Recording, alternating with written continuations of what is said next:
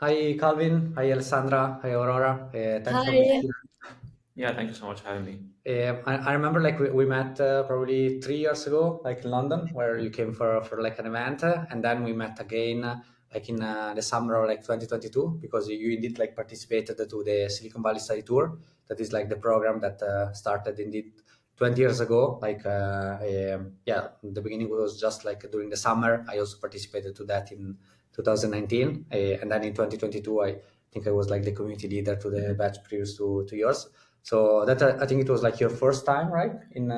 Yeah, it was In the indeed my US. first time in the US, first time in the Bay as well. So it was definitely a great experience and a bit of a culture shock, but Yes, and you are like still a student, right? At that I was time. still a student. I was doing my master's in Zurich at ETH. Yes, because when we met in London, you were like doing your bachelor in computer science at Manchester, and Exactly. then after that you moved to Zurich for like studying data science. Yeah, so we met in my last year of undergrad when I was studying at the University of Manchester.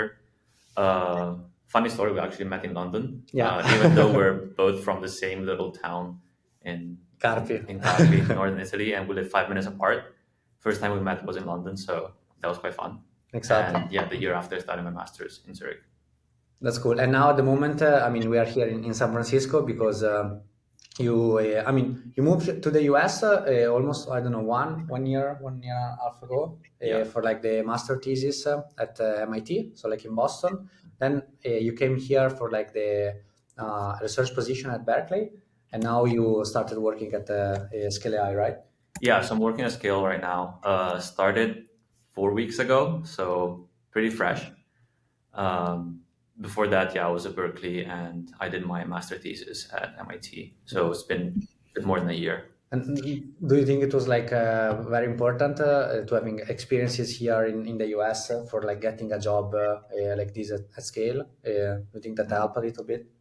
I cannot say for sure if that's what landed my position here at Scale, but I definitely think it helps to be here in the US and to get to know how people in the US work and think about different problems, especially like in AI and in all these, I would say, top tier research labs.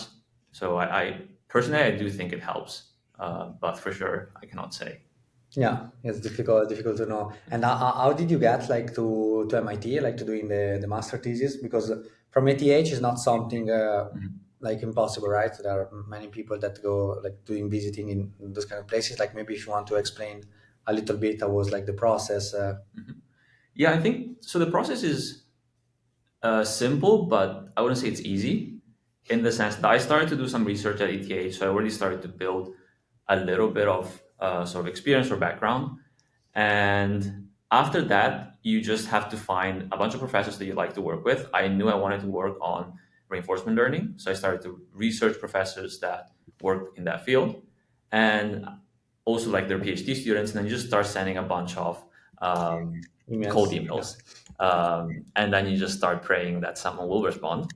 And I was very lucky that Professor Polkidagro responded, and I had the chance to go visit him at MIT after that for a few months to work with him and Zhang Wei, who was a PhD student. Now he's recently graduated from the lab. Yeah, So and also like now that you work at yeah, now that you work at Scale AI, that is a high quality data innovation and management. It's very important for these topics. Um, we were wondering what sparkled your interest for artificial intelligence, and given that you started studying computer science and mathematics before entering in ETH, so how happened this shift from mathematics like to specifically AI? And yes. well, I don't think I actually think AI has a lot of mathematics in it. So I don't think studying mathematics is a handicap per se to doing AI afterwards. And if anything, it's probably an advantage. So I started to get interested or to be fascinated by AI, I guess, like most other people who are working on AI now, when there was this big moment when you had AlphaGo defeat Lee Sedol in the game of Go, which is a really complex board game. And I was like, wow, AI can do things that human cannot do, right?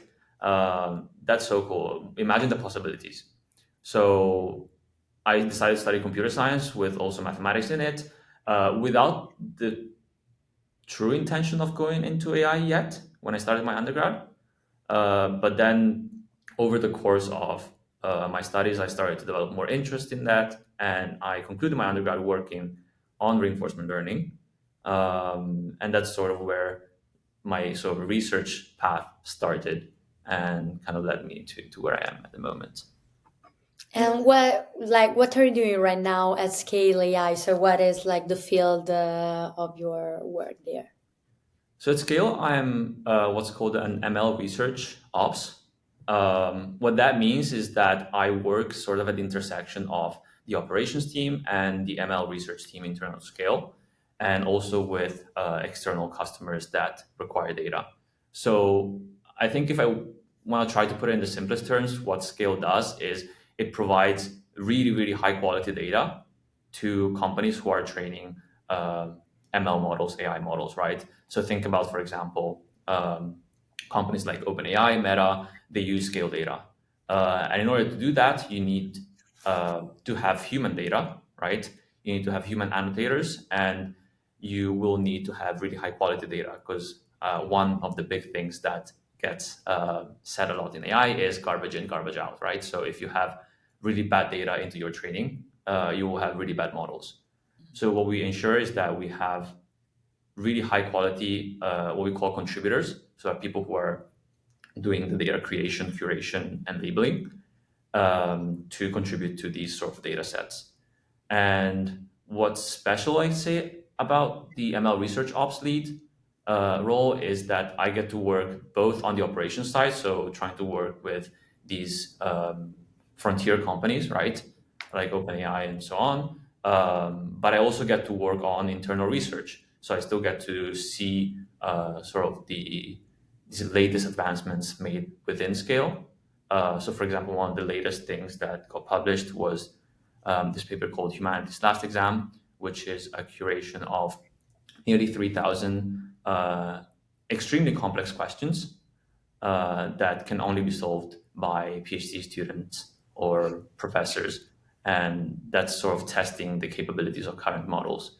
And currently, most models get below 10% accuracy on that, except for, I believe, O3, which is getting 26%. Extremely interesting. And like, what do you think granted you access to such an extremely important company for AI? Did you have specific skills that you think you developed in your current study, in your previous studies, or do you think that other types of skills, soft skills, were determinant for your access in that company? I do think I got a little bit lucky, to be honest. But for sure, I think my background, having done research, so having done ML in the past, but also having worked in slightly more operational roles, was a really good blend for the role I'm in at the moment. So when I say operations, I did work or volunteer for a student-run VC when I was doing my master's in Zurich. So that together with my research background, I believe is probably quite a good mix of experience and knowledge that was useful in this current role. And of course, luck, being in the right place in the right That's time. always important too. And also, you mentioned the venture that you did at Zurigo, like the S2S venture, in which you were there in that period.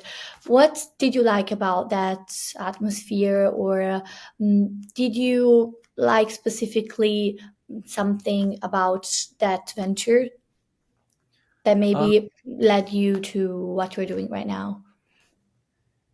Yeah, I think it was a great experience to see how VC works from actually doing the work of a VC, right? I don't think that's an experience that a lot of people or students get to do, and having these sort of small funds, student run, really throws you into the deep of being a venture capitalist. And I think it was really instructive. And also I learned so many new things when I was doing that. Uh, but honestly, I think it might not be something for me as of now yet. I still want to be involved in the day to day of um, developing AI, or making sure that AI models are better and also work well for us as humans. So I think the most impact I can have at the moment is actually work not in VC, but maybe in the future I might be able to go back. And for sure, having had this experience, I have some more knowledge of what that looks like from the inside. Yeah, also for like the networking part, right? Because I Hmm. remember that we did the event together also with Gomri, with the co-founder of the Till Fellowship, that we hosted him actually in our office, I think a couple of days before, and then we also did the same event in Zurich, the TH. And like even the Till Fellowship, like here in the US, is like very very huge. Even like the co-founder of the Scale AI, not Alex, but like Lucy Gu, I Hmm. also got the Till Fellowship as well. So it's pretty huge. But for instance, in Europe, it's not that popular, and indeed that the majority of the winners are from here, from the US or like from Canada. So that's also very very cool to like understand like new opportunities that you can look into it. Yeah, for sure. I think um, the experience at S2S Ventures was also a great networking opportunity to meet young founders, to meet other VC firms, and to just get to know a world that's sort of not so close to the standard student experience, I would say, right?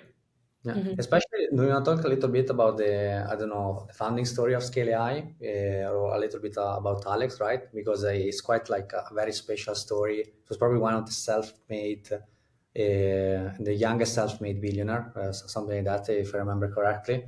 And yeah, he started the company super young, right? While he was at MIT. Yeah, I think that's something they say. I'm not sure where this data comes from, to be honest. Okay. I'm not the right person to judge his net worth, to be honest.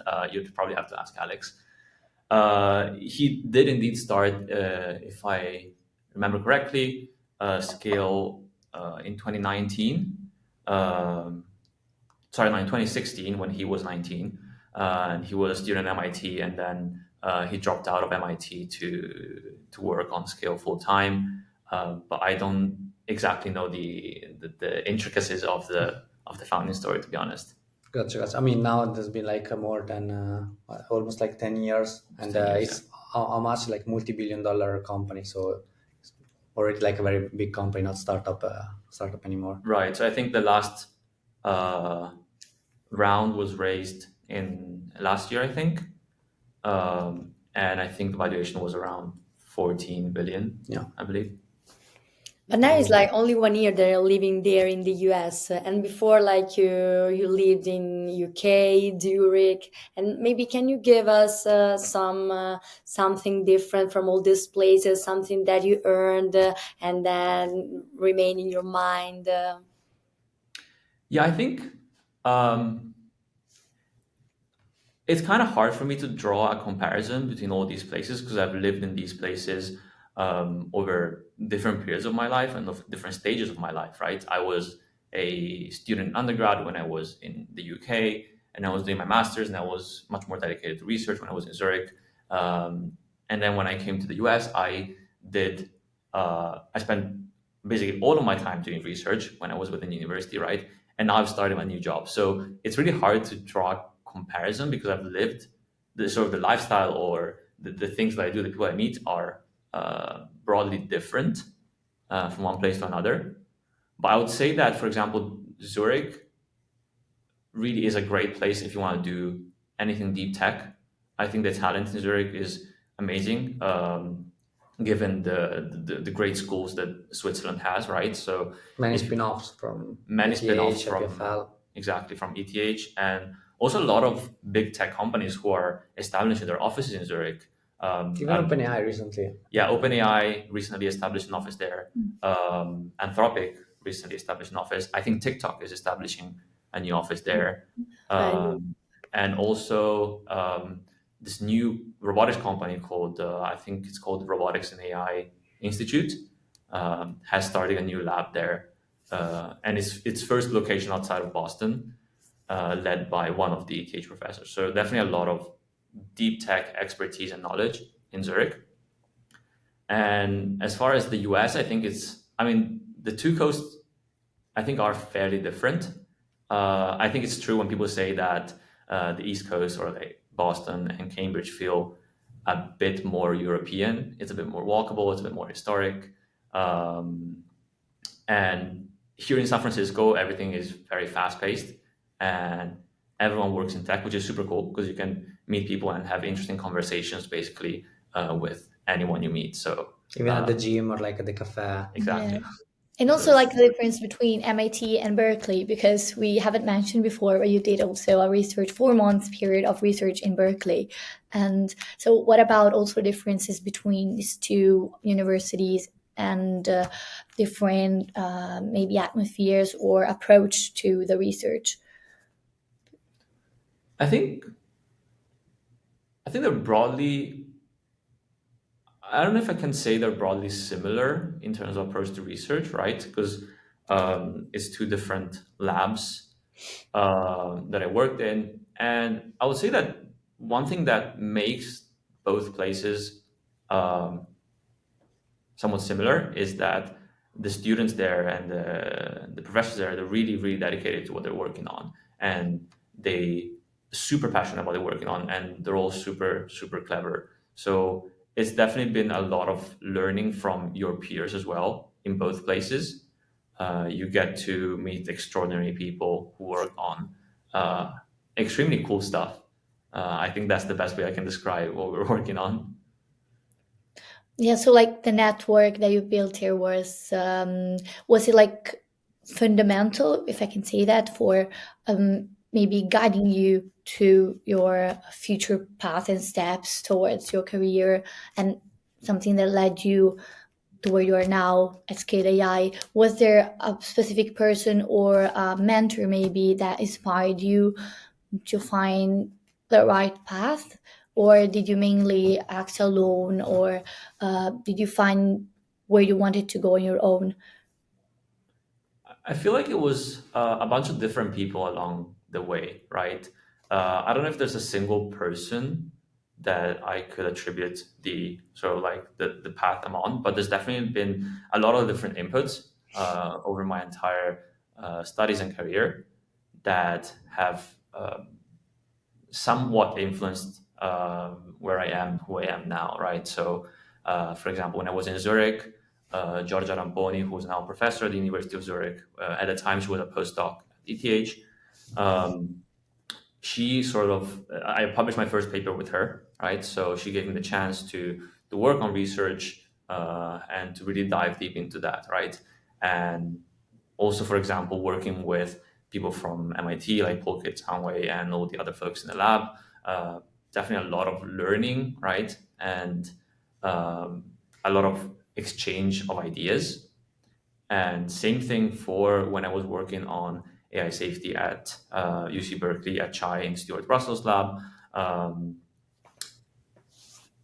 I would say, yeah, that I feel like most of these experiences have in some way, and most of these people have in some way influenced me. I think to answer your question, I don't know if there's a single person who was the propellant to You where I also am. like met many people, right? In the summer of like Silicon Valley, Yeah, on the tour of 2022, right? In August 22, 2022. 22.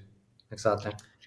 Yeah, And exactly. I I think think that that was my first experience in the US, as we Yeah. said earlier, right? So definitely meeting these people who have these people from Italy who have who have come here to Silicon Valley and have sort of built a career here was really inspiring, and it was like, maybe I can do it too. Yeah, because also there is the part, the barrier also to come here is like the visa, right? So I don't know, maybe if you want to talk a little bit what people can do like in advance, or like Mhm. what to look into it to having like more chances also to being able to get a top job yeah, here in the US, or like Right. being able to move here. Mhm. Yeah, so I mean, I'm not an immigration expert, right? But the first time I came here to the US was for this fellowship. And I just came as a tourist that was just visiting the place, right? But when I spent, so the first period I spent a bit longer here in the US was on the J1 visa, which is a visiting student, visiting scholar visa. And that's what I had when I was at MIT. And that's, I feel like usually fairly easy to get if you're a student and want to do a visiting period and you have a professor that's willing to take you in. So that's not really hard as, I mean, I definitely have a biased opinion as a European student, right? I cannot talk for everyone else. And then after that, I sort of got lucky that Scale was willing to sponsor an O1 visa. So I just got my visa approved a bit more than a month ago before I started to work here. And for O1s, you kind of have two options. One is the one I got, which is the company sponsored visa, right? So you are tied to the company that you're working with.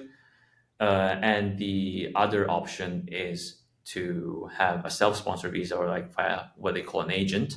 And there you have more freedom, but of course, you have to do it all by yourself, which is really a hassle because the immigration system here in the US, at least for me, wasn't the easiest thing to navigate. So I think if you're asking like for maybe students or people who are aspiring to come here to the US, I don't know if it's the best path, but the path that worked for me was to come here as a student and get some experience here and explore, connect with some people here, and then eventually try to transition into industry and try to get a visa sponsored industry here. And I know another path, for example, is to get hired by a US based company, work in a country that's not the US, right? Zurich, London, Exactly, and then Amsterdam. transfer afterwards. Yes, but also like for getting the one, I think was probably very useful to having done research, right? Because for the one you have like several requirements, and of course, like having done research previously, published paper, that of course was a very strong signal. Yeah, for sure. I mean, the nice thing about the O1 is that you don't have to go through the H1B yearly lottery, right? Which is truly a lottery. With the O1, you have to file this petition where you have to prove that you have meet certain requirements, where research can be one of those. And as far as I know, the acceptance rate for O1 is much higher. So if that can be done, it's usually quite nice. And the other thing is it doesn't have to go through the H1B timeline, right? I believe there's only one lottery a year for the H1B. Yeah, exactly. And then I So- think they also do like another one for the people that didn't accept, like that got won the lottery but didn't accept, and so there is like another I see.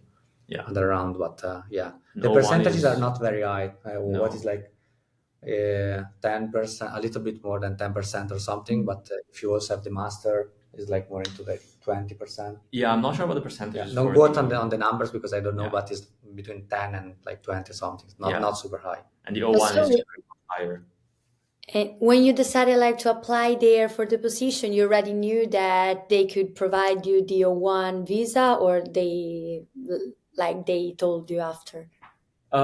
So they told me after I got the offer. So at the beginning, they said they were willing to sponsor a visa. So it would either be transferring my J1 or trying to have an H1B sponsored, right? So it was still unsure which way it would go. We only made the final decision at the end of the interview process. And like now that you study, like you do research, what are other possible paths? Like if you do research, other possible locations which people at your research can go because you've decided to go work in one of the most important companies. But are there other paths or suggestions that you could give to other people that are doing research in this topic? Yeah, for sure. I mean, I've chosen one path, right? But it's not the only or the right path necessarily for everyone. If you are doing research in AI and ML, I think one sort of like natural next step, right, is if you're doing a master's, for example, is to go do grad school, PhD, continue to do research, and then maybe go into a research scientist, a research engineer role, right? That's quite a classical path. And of course, there's also another path, which is maybe you've worked on some really niche or really interesting topic and you think that's somewhat marketable, right? So you might want to go fund your own venture and then try to build from there. I think there's hundreds of paths that you can take after doing research. I don't think the only path is going down the academia route and become a professor and so Mhm. on. And that's also an extremely valid route. So Yeah, especially here in Silicon Valley, right? There yeah, are many people that maybe did all those different things. So like maybe grad school and then their own company, and then like research scientist is like very flexible, I would say, yeah. many opportunities. And they Yeah, don't exclude each other, I think. Exactly. So if you yes. can go grad school, you can do your PhD, you can do a lot of research, you can fund your company, you can maybe do an exit and then become a research scientist, or the other way around, you can become a professor afterwards. It's so many different possible paths. And what's your ambition? Like after maybe this job, you want to do something, or you don't know right in the moment. I think it's a bit hard to tell. I've just moved here, right? I want to try to take in as much as possible from this experience at Scale. I genuinely think that Scale is doing some great work trying to build sort of like human centered in a way AI systems, right? Because all this data is coming from humans. So I really want to give time to sit here and like experience this, and maybe in a year or so I will change my mind, but for now I'm really happy, uh, and I'm learning a lot here at Scale. Yeah, and like, what do you think is the topic in which it's most nowadays, but also like for the future years, in which you think it's very important or most important to dig in and to explore more and to study more about AI, because it's talking about human centered centricity, and that I think it's extremely important. So how to leverage the technical study of the AI and the ethical part, and maybe yes, the human part that AI needs. So I think this could be interesting. I'm not sure if there's one single topic that's more important than others, right? I think all these different research branches and paths have to sort of like go along with each other. There's of course the side of things for people who do more research on AI safety and maybe ML interpretability, right? That's very important to understand what models are quote unquote thinking about, right? Um, there's also very important algorithmic advances, right? Uh, And what is the one that you are more fascinated on, and you would like to develop more, also in your experience here at Scale, or maybe if you have any dream for the future that you want to explore specifically about these various possibilities that there are. I think at the moment there's one big push in general in the entire industry to develop better and better agentic systems, right? I think I've heard this word around quite a lot, Yeah. especially here in the Bay, right? Mark Benioff also from Salesforce, like agents all the time. Yeah. And I think agents, I mean, you can think of agents in the simplest way as sort of like assistants, right, that can do things for you.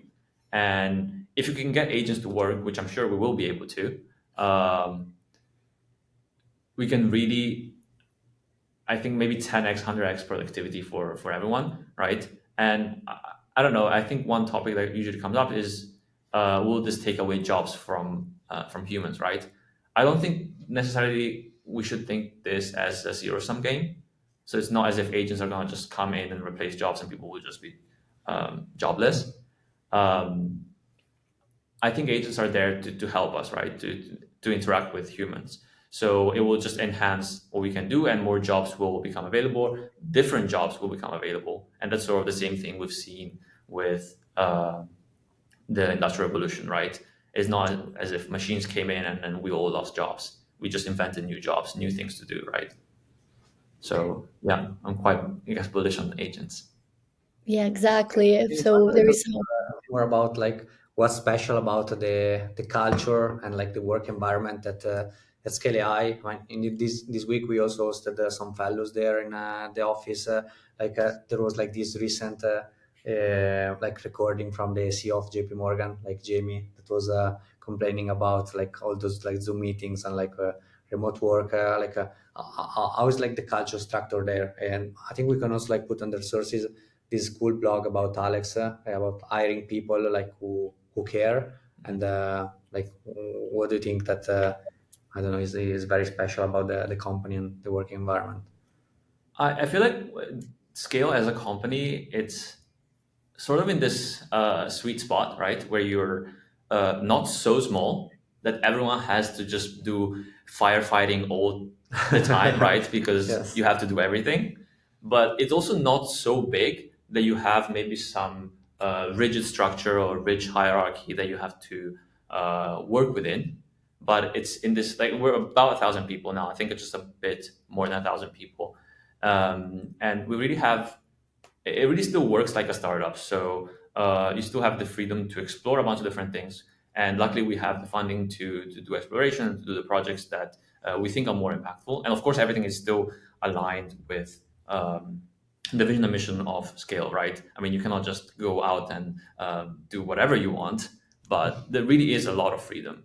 And that's really something I like. Another thing is that people are really there to help each other. Uh, Scale, I mean, I'm not gonna lie, it's definitely you work a lot, right? Very intense. It's quite intense, but I definitely think this is better than having a job where you have nothing to do all day long, right? At least at Scale, you're really tackling important problems. You're working on extremely cool things at the frontier of what AI is doing, right? So um, it's hard work, but there's really a good support system where like people really try to support each other, and it's also quite a flat company, right? So it's not as if you cannot talk to anyone up in hierarchy. You can very easily talk to basically anyone in the company, and even Alex from now and then, I guess. I mean, if But it's not. here, like, you're divided in groups or not? Like, you work in groups, in teams, or not?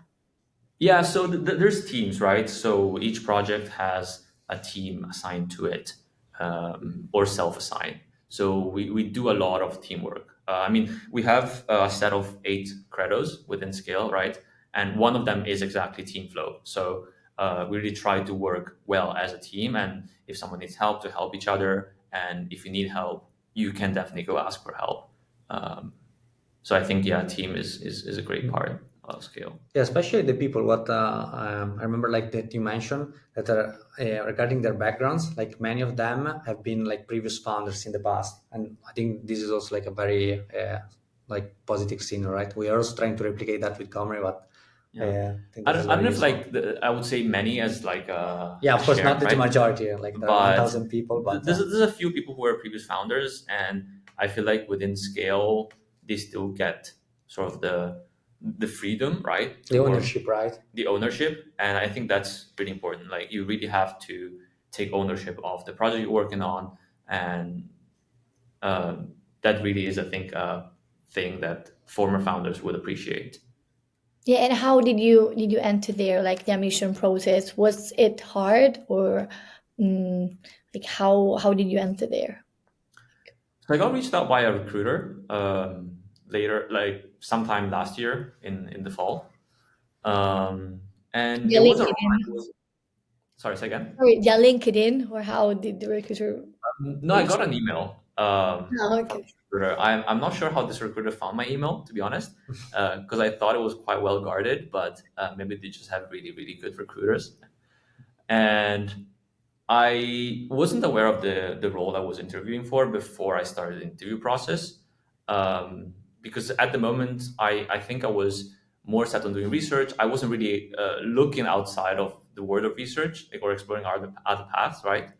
But I thought I'll take the interview. I'll see what the role is like, um, and it's just maybe a way to also meet interesting new people, right? And having gone through the interview, having talked to the people there, I was getting more and more excited about the role. So by the end of it, I guess I decided to accept. And like one of the most valuable experiences that you had during your like all your works or studies that maybe you want to share. One of the most Yeah, something that you remember that you say I want like to share this experience because maybe it could be also inspiring for other Yes, of people. course. And yes, during your like your journey until now.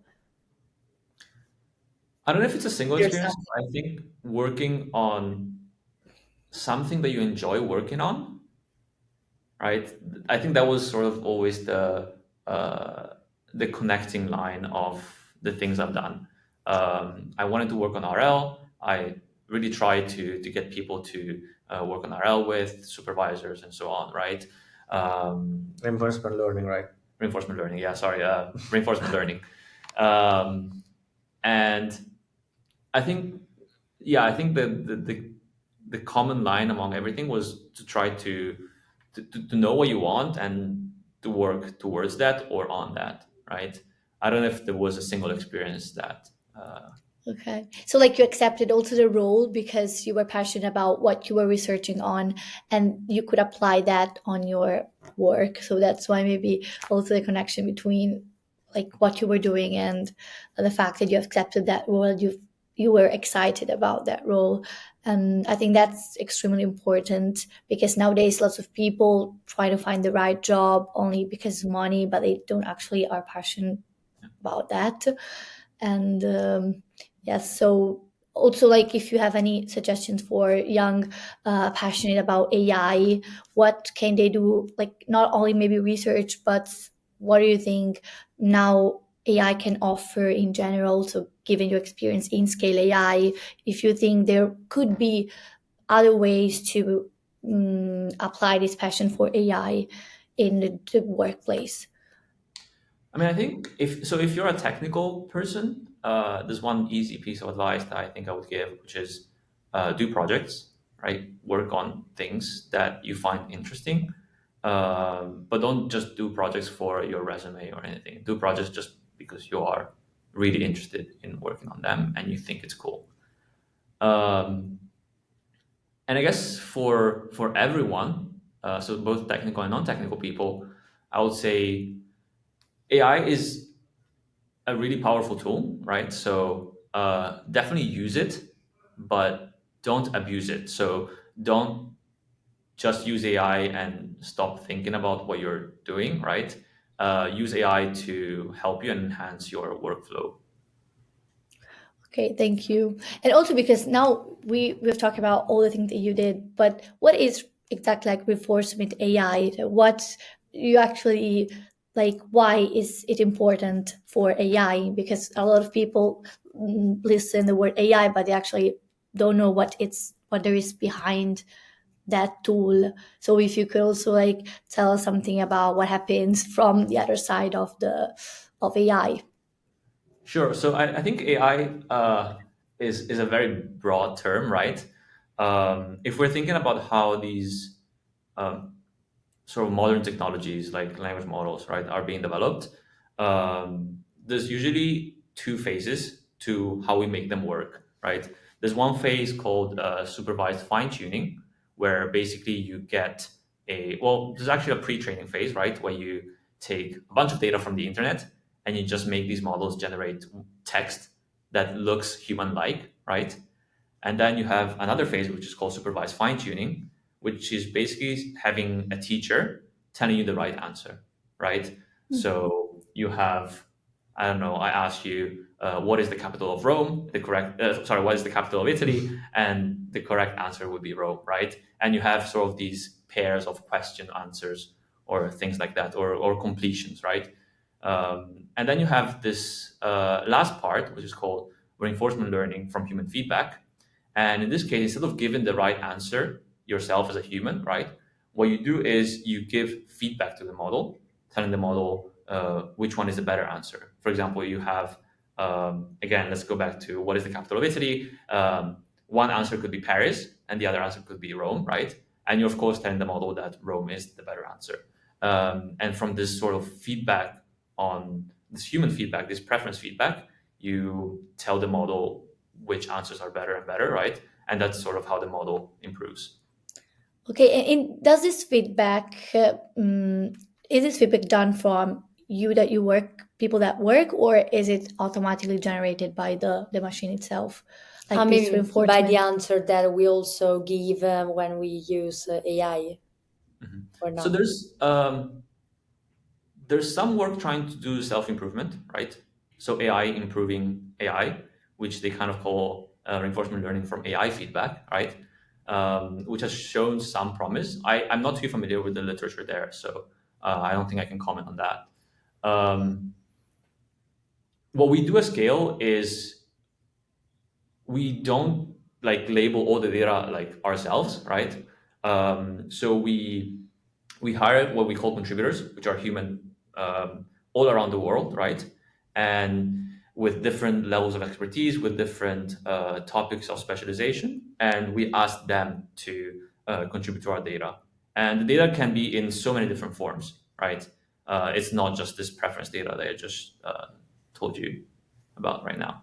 And these contributors are there's so many in America, there's so many in Europe, in Asia, so everywhere in the world, and it's basically creating jobs for maybe people who don't have the flexibility, say, of having the standard 9 to 5 jobs, right? Maybe they can only work, I don't know, 2 hours late at night and a few hours early in the morning. Contributors can do that through this platform called Outlier that's been developed by Scale. Yes, in Perspective fact, is very very useful for like self-driving car companies, right? To like understand, okay, this is like a car, like a bicycle, all those kind of things. Were probably the first clients, right? And then they got expanded also now in defense. Yeah. Like Yeah, so the first business unit was the autonomous vehicle industry, right? Scale worked a bunch with Waymo to provide training data for them. And then after that, it of course expanded to large language models and all these sort of emerging, or I mean, I guess OpenAI is not emerging anymore, but it's already a big company. And of course, yeah, Scale also works with the Department of Defense. okay, so there are also these partnerships, and how is the relationship between Scale AI and other maybe other companies? So do you like collaborate with other companies of AI or other companies that are not related with AI? So how is this relationship? Yeah, we definitely. So there's a definitely a collaboration between Scale and other companies, in the sense that we do work together and publish together. For example, this paper that I was mentioning earlier called Humanity's Last Exam. It was done in collaboration between Scale and the Center for AI Safety, right? And then there's also other companies who work with Scale, so they get data from Scale. And as I was saying earlier, companies such as OpenAI, Meta, Google DeepMind, and so on, right? And there's also companies who just use Scale's services. So maybe they need to manage their data, their language models, and we also provide a platform for that. So yeah, there's a wide variety, I'd say.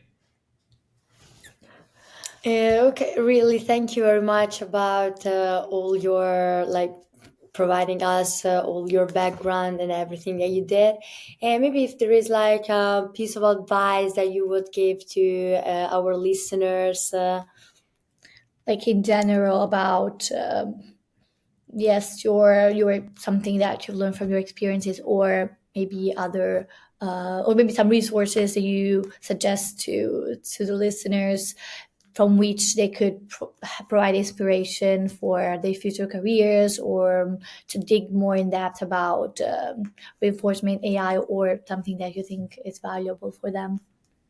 maybe also about AI safety, I think it's a pretty important topic nowadays. Like you worked a lot on that. Maybe if you can also like provide some resources or like an overview why Yes. this is important and what is like the current status. Sure. Yeah. I mean, before answering your question, Alessandro and Aurora, regarding AI safety, there's a lot of work being done, both within Scale and outside of Scale, right? Anthropic is really publishing a lot in terms of AI safety.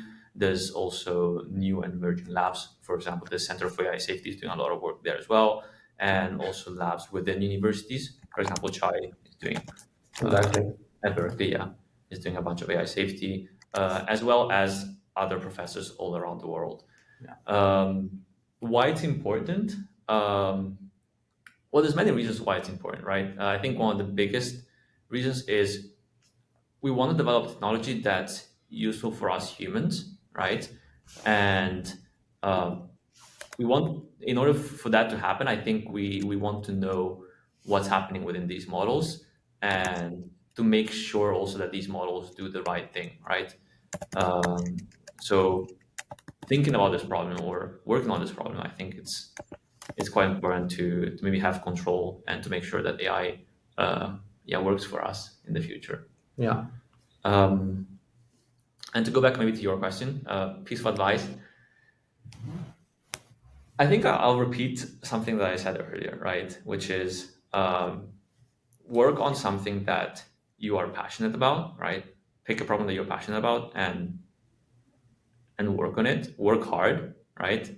I Commitment. think it might be a bit of a mainstream piece of advice, but I think it's quite a useful philosophy in life to work on something that you like and you're passionate about. Thank you so much. And also, so you think that for the future there are lots of possibilities that like of enhancement of AI, also given that lots of fundings that nowadays are implemented for AI. So you think actually there will be very like a lot of advancements in the topic and especially in AI safety, or maybe you think there will be a shift from like two other topics that you think are more also related to like for economical use or like reasons why now AI is receiving lots of fundings in general. What do you think will be the main focus? I think there will be a lot of different focuses. For Yes. sure, AI will create, I think, a huge economic opportunity, right? Will definitely create a lot of new jobs and a lot of opportunities for everyone. I don't think AI safety is the only thing that's gonna advance, right? There's a lot of advancements in, for example, the algorithms that we use to train these models. How do we make them more efficient and so on, right? But maybe something that sometimes gets forgotten a little bit, a really big part in AI is also the computational power and the chips that we use, right? So advancements in the hardware will also be very important. And then I guess one thing that we haven't touched upon about is also the embodied side of AI, right? So when I say embodied AI, I mostly just mean robot learning, right? There's a lot of new companies who are trying to get these sort of generalist robots, they call them, or a lot of companies also working on humanoid robots, right?